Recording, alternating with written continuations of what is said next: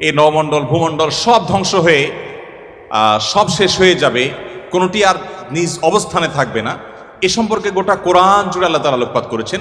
শুরুর দিকে আল্লাহ রাব্বুল আলামিন বিধিবিধান সবকিছু বলার পরও শেষের দিকে এসে কোরআনকে আল্লাহ রাব্বুল আলামিন সমাপ্ত করেছেন বেশিরভাগ সূরাগুলোতে কিয়ামত সম্পর্কিত আলোকপাত দ্বারা, অর্থাৎ পৃথিবী তার পরিণতির দিকে যাবে সেটা দিয়ে আল্লাহ সুবহানাহু ওয়া তাআলা ইতি টেনেছেন। আমরা কদিন আগে বাংলাদেশের নোবেল বিজয়ী ডক্টর ইউনূসের একটা সাক্ষাৎকারের একটা অংশ বিশেষ, বোধহয় ডয়চে ভেলের একটা সাক্ষাৎকার, এটা আমরা দেখেছি। যদিও সাক্ষাৎকারটা পরে কোনো কারণে বা কোনো যৌক্তিক অযৌক্তিক যে কারণেই হোক আমরা দেখতে পাই না ওই পেজে। আমি শুনেছি, আপনারা অনেকে হয়তো শুনেছেন। তিনি বলছিলেন যে পৃথিবী তার গন্তব্যের দিকে, ধ্বংসের দিকে এগিয়ে যাচ্ছে, এবং তিনি অন্য পার্সপেক্টিভ থেকে বলেছেন নিশ্চয়ই, কিন্তু আল্লাহ রাব্বুল আলামিন যা বলেছেন সেটি আমাদের সবাইকে উপলব্ধি করতে হবে এবং সেই গন্তব্যে আমাদের যেতে হবে। আমরা যাচ্ছি সেদিকে।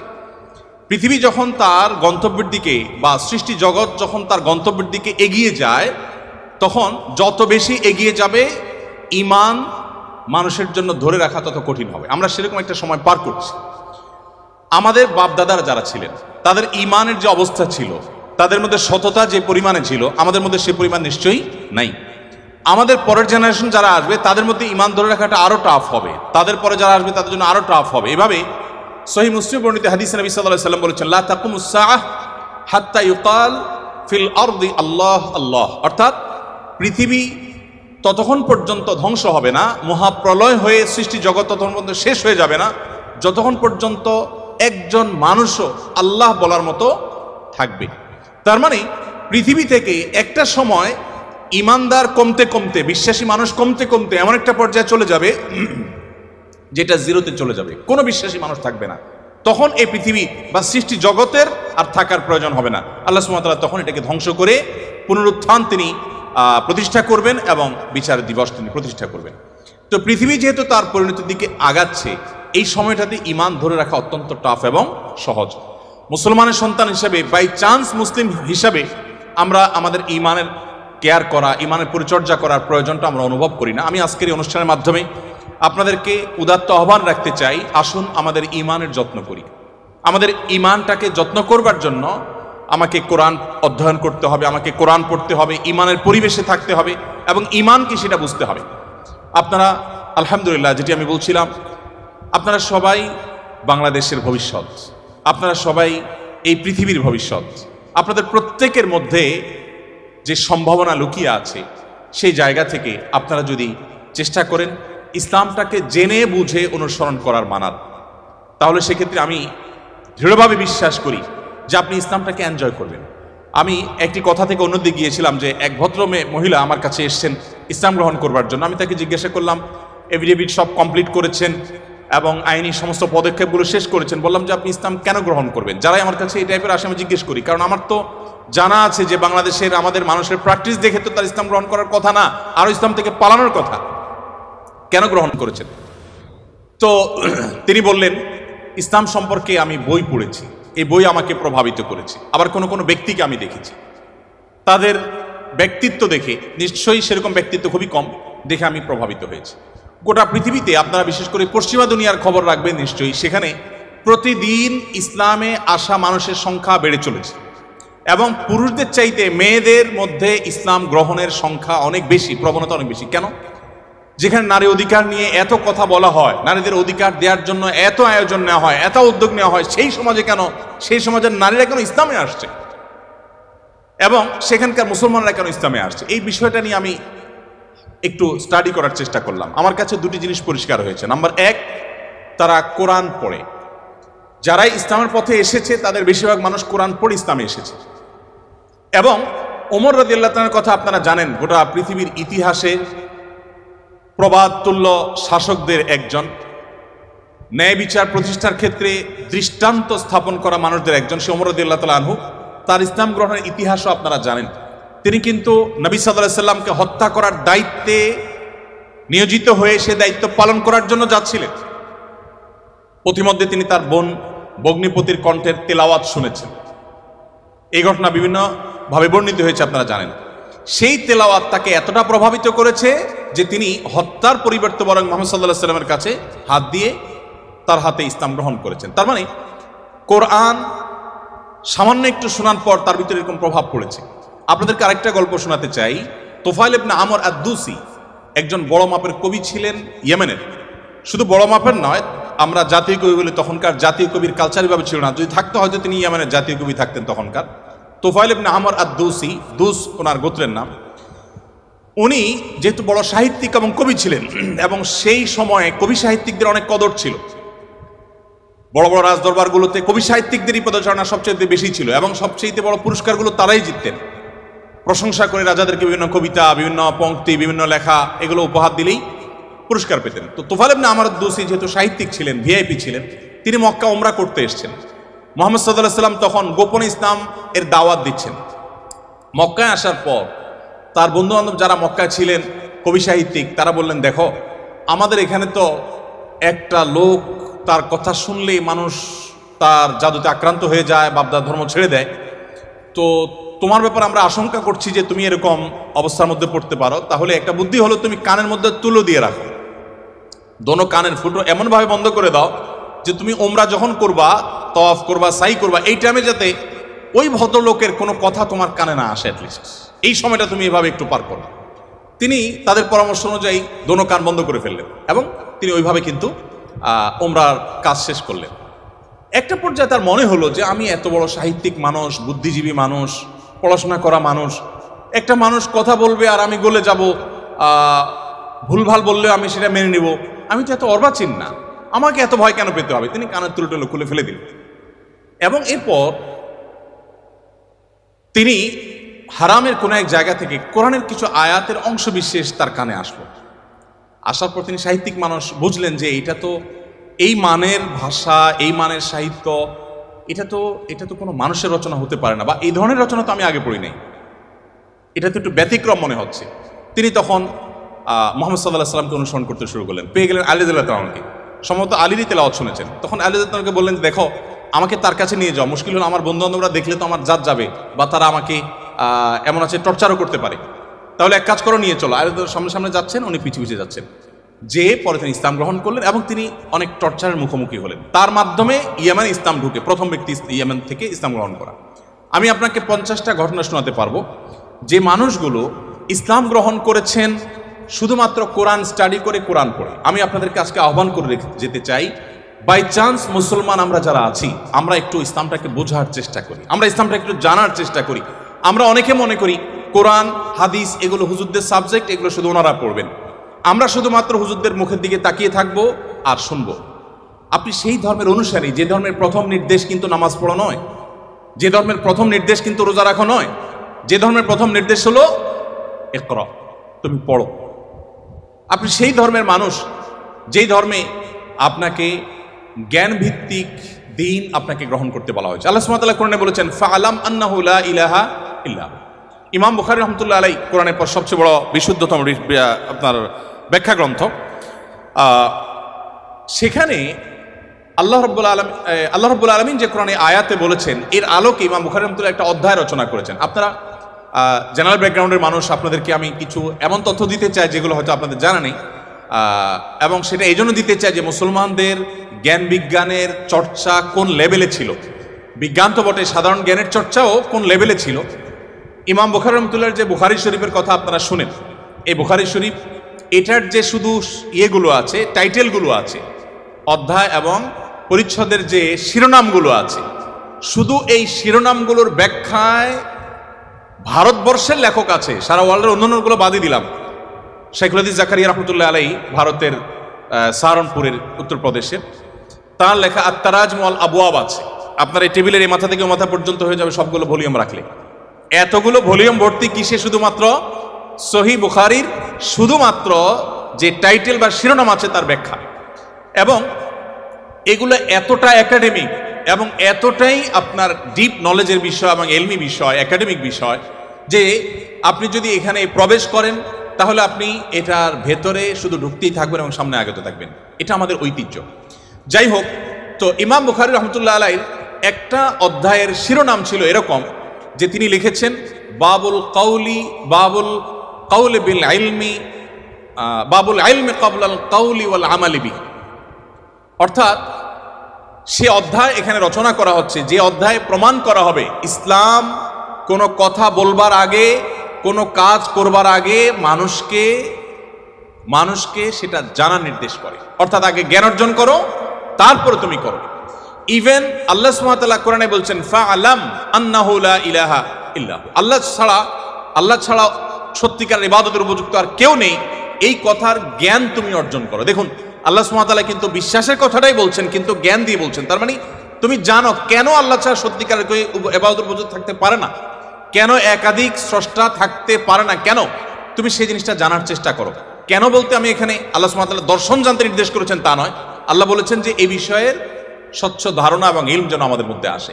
কিন্তু দুঃখজনক আমরা কোরআন পড়ি না, আর পড়লেও বুঝে পড়ি না। পৃথিবীতে সবচেয়ে বেশি পাঠ করা হয় যে গ্রন্থ সেটা কোরআন। কোরআনের চাইতে বেশি পাঠ করা হয় সর্বযুগে সর্বকালে এরকম আরেকটি গ্রন্থ পৃথিবীতে নেই যে এত বেশি পরিমাণে পাঠ করা হয়। আর দুঃখজনক সত্য এটাও যে পৃথিবীতে না বুঝে পাঠ করার ক্ষেত্রে কোরআনের চাইতে আর বিকল্প বা আরেকটা গ্রন্থ আপনি খুঁজে পাবেন না। কোরআনই একমাত্র গ্রন্থ যে আমরা মুসলমানরা সেটাকে না বুঝেই শুধুমাত্র পড়ি। হ্যাঁ, কোরআন না বুঝে পড়লেও আপনি সওয়াব পাবেন, এটা একটা কাজ হবে। না বুঝে পড়লে কি লাভ হবে আমরা অনেকে বলি। আজকাল আপনারা জানেন অনেক টেকনোলজি আবিষ্কার হয়েছে, আপনারা টেকনোলজির লোক, যে একটা সিম্পল জিনিস আমাদের সবার হাতে হাতে আছে, স্মার্টফোন।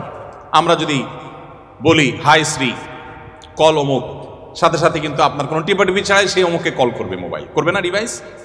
এখন তো আপনার আপনি কোনো রুমে বসে বলছেন যে গরম লাগছে, এসিটা অন হয়ে যাবে। আপনি জাস্ট বললেন, নির্দিষ্ট শব্দ উচ্চারণ করলেন যে আপনার কাছে গরম লাগছে, এসিটা অন হয়ে যাবে। আপনি বললেন যে না এখন শীত লাগছে, তো এসিটা কমে যাবে, বন্ধ হয়ে যাবে। টেকনোলজি এই পর্যন্ত চলে গেছে যা আপনি বলছেন সেটা সে ক্যাচ করছে এবং সেই অনুযায়ী কাজ করছে। তো এই যদি টেকনোলজির কারামতি হয়, তাহলে কোরআন আপনি পাঠ করছেন, এমনকি এমনও হতে পারে কোনো মানুষ কিছু নির্দিষ্ট ওয়ার্ড উচ্চারণ করছে, সেটা মিনিং বুঝে না, কিন্তু ওই ডিভাইস তার মিনিং বা ওই যন্ত্র তার মিনিংটা বুঝে এবং সেটা সে ক্যাচ করে কাজও করে ফেলেছে। সে কিন্তু যা বলেছে নিজেও বুঝে নেই, তারপরও কাজ করেছে।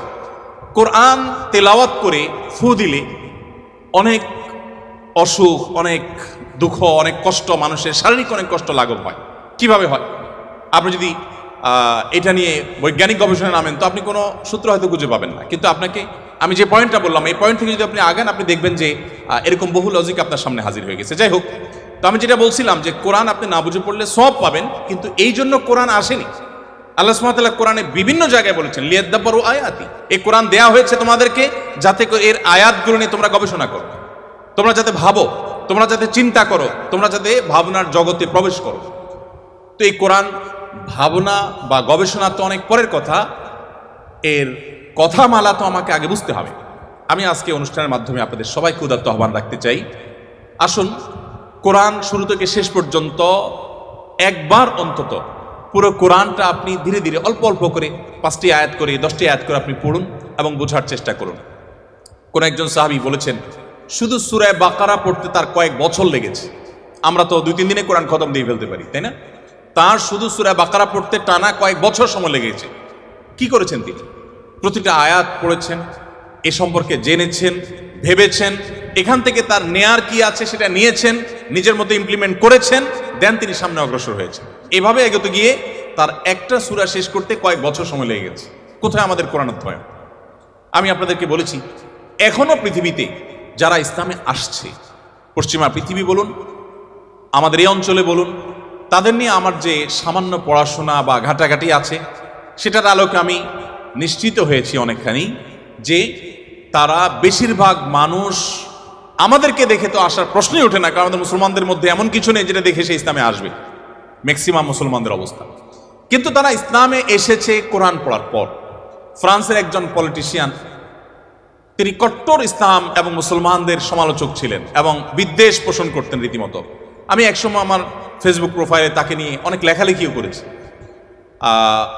বেশ কিছুদিন আগে আমার অফিসে এক ভদ্রলোক আসেন, রিটায়ার্ড আর্মি অফিসার, আমাকে প্রসঙ্গত বললেন যে এরকম এক ভদ্রলোক ফ্রান্সে ছিলেন, এই নাম তার, তিনি ইসলাম গ্রহণ করেছেন এবং তিনি একটা বিষয়ে অ্যাডভাইস করেছেন। আমি একটু কৌতূহল হয়ে দেখলাম, আমার এর আগে জানা ছিল না, ভিডিওটা ভালো করে দেখলাম ইউটিউবে, দেখলাম যে সেই ভদ্রলোক যিনি ইসলাম এবং মুসলমানদের কট্টর সমালোচক ছিলেন, তিনি একটা সময় ইসলাম গ্রহণ করেছেন। আমি জিজ্ঞেস করলাম যে তিনি ইসলামে আসছেন কি কারণে, তো তার বক্তব্যই শুনলাম, তিনি বলছেন যে আমি ইসলাম এবং মুসলমানদের ত্রুটি ধরার জন্য আমি কোরআন পড়া শুরু করলাম। কোরআন পড়তে পড়তে পড়তে আমি যতই এর ভেতরে প্রবেশ করলাম ততই আমি কোরআনের কাছে সারেন্ডার করতে বাধ্য হলাম, আমি কোরআনের কাছে নিজেকে সমর্পণ করতে বাধ্য হলাম।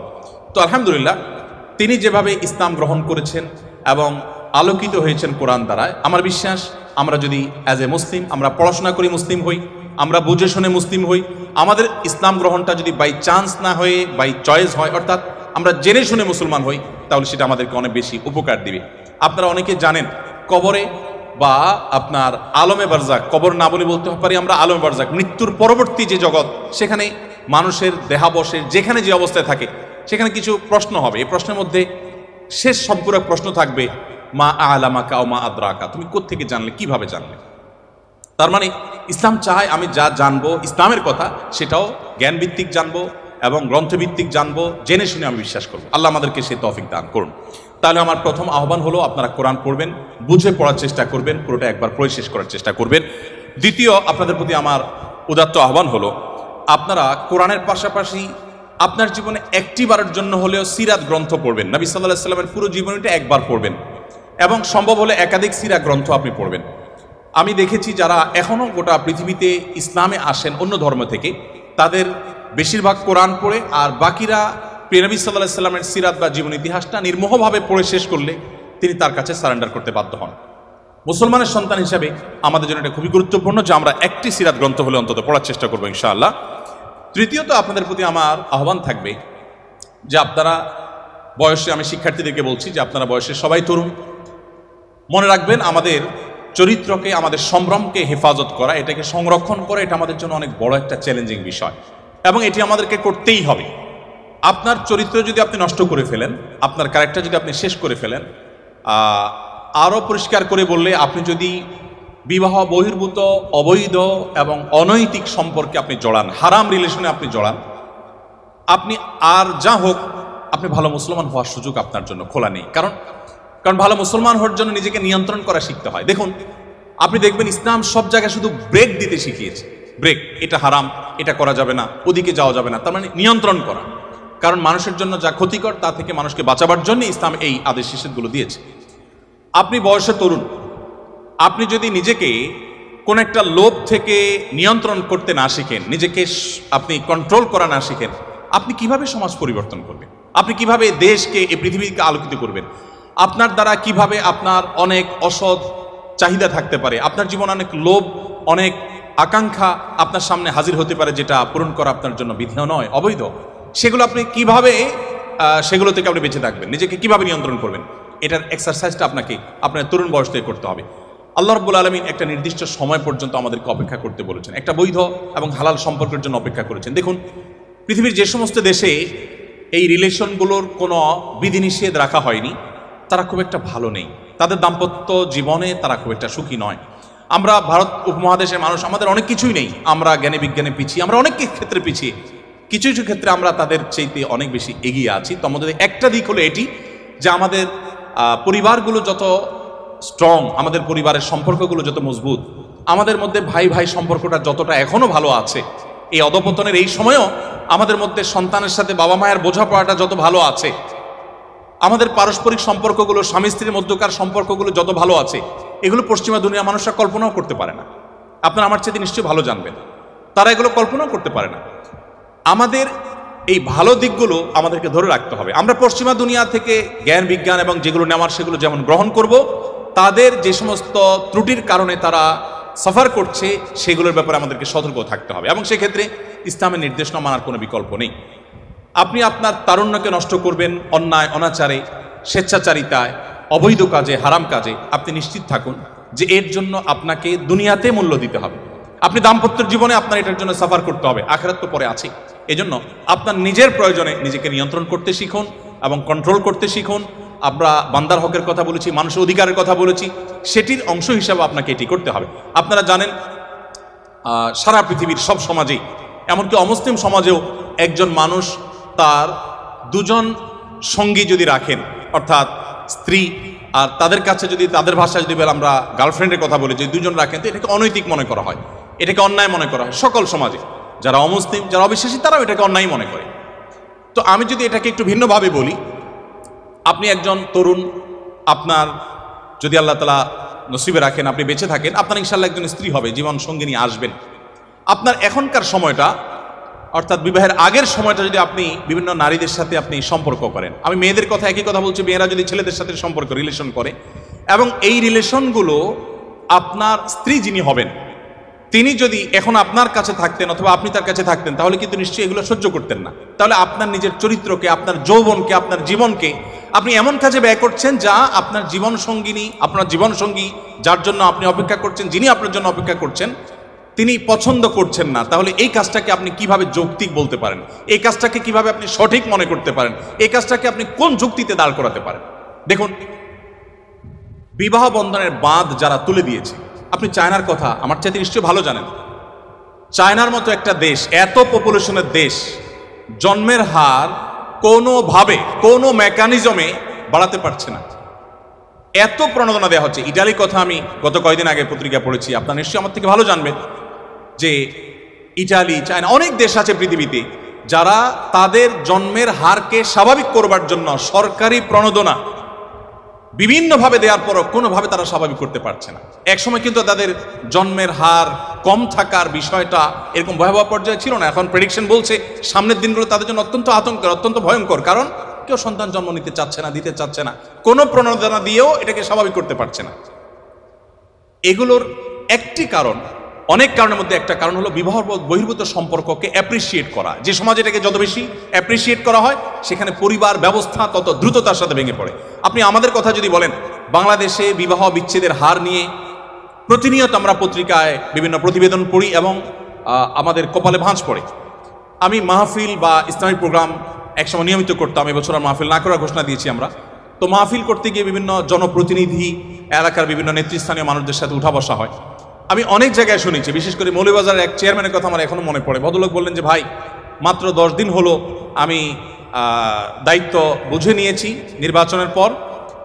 এই 10 দিনের মধ্যে আমার কাছে শুধুমাত্র আমার একটা ইউনিয়নে তালাকের, অর্থাৎ বিবাহ বিচ্ছেদের বিচার এসেছে প্রায় 20-25টি।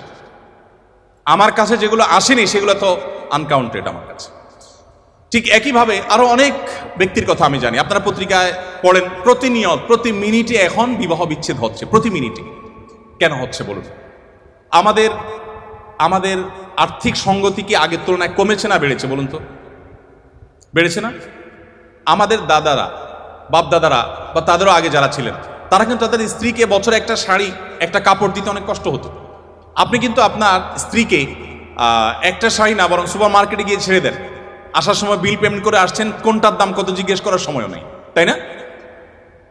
আমাদের বাপদাদারা যারা ছিলেন তারা কিন্তু, আমি শেষ করছি, চেয়ারম্যান মহোদয় এসছেন সম্ভবত, আমি ইনশাল্লাহ সংক্ষেপ করে শেষ করে ফেলছি ইনশাল্লাহ। যেটি বলছিলাম যে আপনি এখন দেখবেন যে এখন স্বামী তার স্ত্রীকে ভালোবাসা প্রকাশ করার কত ওয়ে আছে বলুন তো।